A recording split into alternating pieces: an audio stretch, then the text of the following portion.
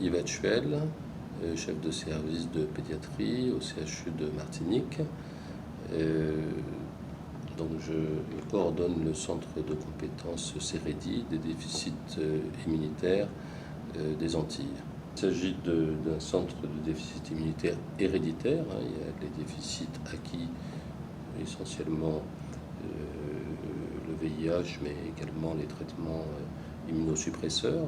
On a en grande quantité. Le VIH, fort heureusement, chez l'enfant, diminue beaucoup. Le CEREDI, c'est donc les déficits immunitaires héréditaires, donc d'origine génétique.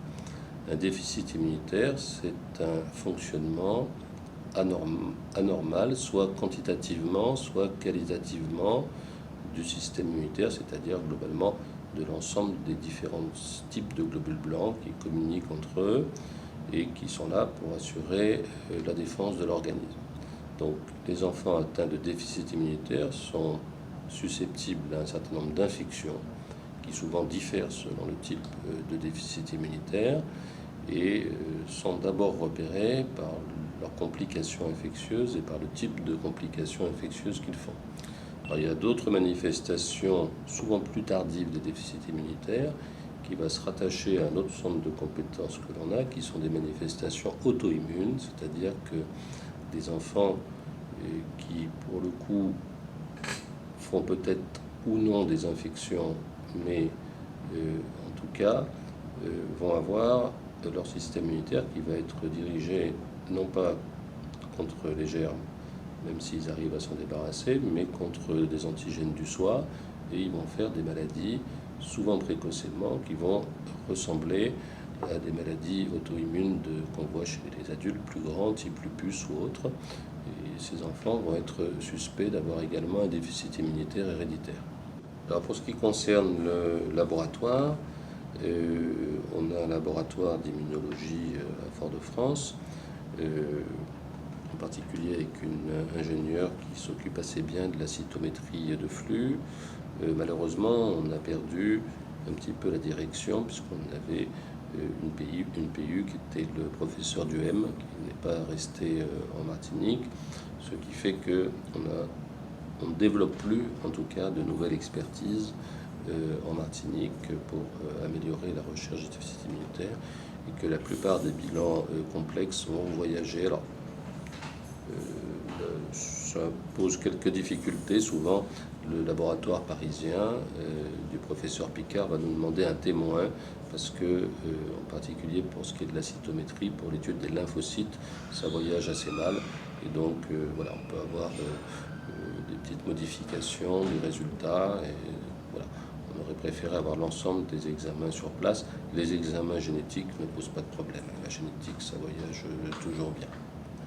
Puis c'est bien de pouvoir en discuter. Donc là, voilà, si on pouvait recruter de nouveau un responsable de laboratoire d'immunologie très intéressé, parce que l'immunologie ne s'arrête pas au déficit immunitaire, on serait tout à fait ravis. Et on y travaille. Alors, la difficulté des Antilles et de la Guyane, c'est que ce sont des départements très distants les uns des autres, qui ne forment pas une continuité territoriale. Donc on ne peut pas déplacer pour des consultations de suspicion, parce qu'on est vraiment là dans ces sujets souvent sur une question. Est-ce que cet enfant qui est un peu plus malade que la moyenne, il y a des critères pour ça, mais voilà, qu'est-ce qu'on lui fait comme bilan? Donc il faut souvent tester beaucoup d'enfants avant d'identifier réellement un déficit immunitaire héréditaire. Et les enfants, sauf quand ils sont extrêmement malades, mais ils peuvent des fois souvent partir directement en métropole, ne voyagent pas comme ça d'une île à l'autre pour une simple consultation. Donc la difficulté, elle existe pour toutes les surspécialités de la pédiatrie. Dans le déficit immunitaire, on n'est pas encore aussi bien structuré que dans d'autres domaines, comme dans l'auto-immunité par exemple.